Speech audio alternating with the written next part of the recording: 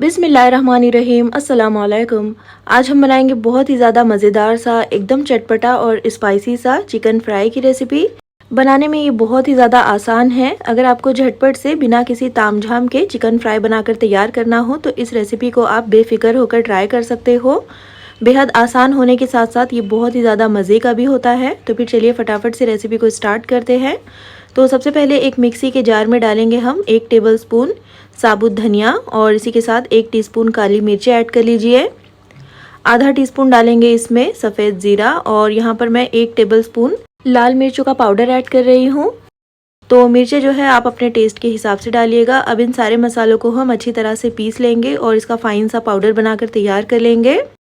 और अब हम इसको रख देंगे एक साइड में।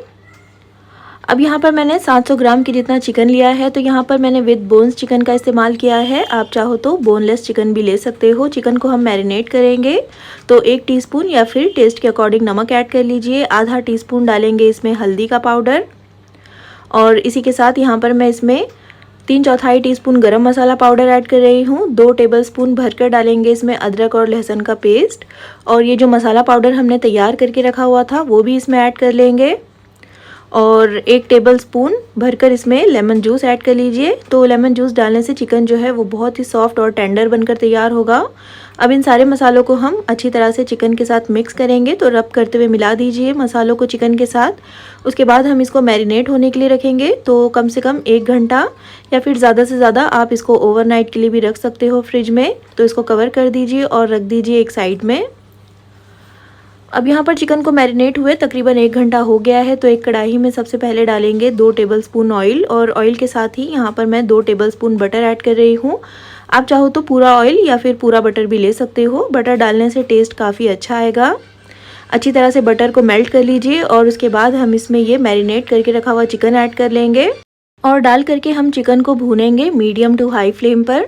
तो लगातार चलाते हुए चिकन को अच्छी तरह से भून लीजिए जब तक कि इसमें जो हमने मसाले डाले हैं उसका कच्चा फ्लेवर जो होता है वो ख़त्म नहीं हो जाता और चिकन का कलर भी चेंज नहीं हो जाता।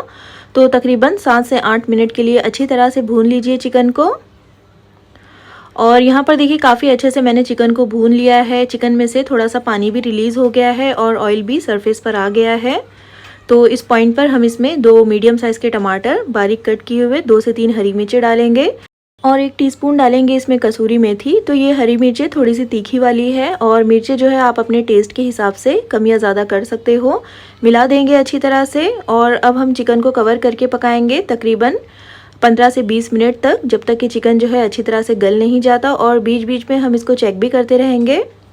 अब यहाँ पर देखिए 10 से 12 मिनट हो गए हैं और चिकन में से बहुत सारा पानी निकला है और चिकन यहाँ पर 50% तक पक गया है। तो एक बार इसको अच्छी तरह से स्टर कर लीजिए और इसी पानी में हम चिकन को गलाएंगे। तो जब तक पका लीजिए जब तक कि चिकन जो है वो फुल्ली डन नहीं हो जाता और इसमें जो भी पानी है वो अच्छी तरह से ड्राई नहीं हो जाता।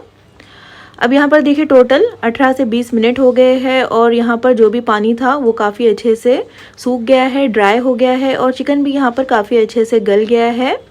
तो लास्ट में हम इसमें थोड़े से कड़ी पत्ते ऐड करेंगे तकरीबन 12 से 15 और थोड़ा सा बारीक कटा हुआ हरा धनिया ऐड कर लीजिए और आधा नींबू का रस डालेंगे।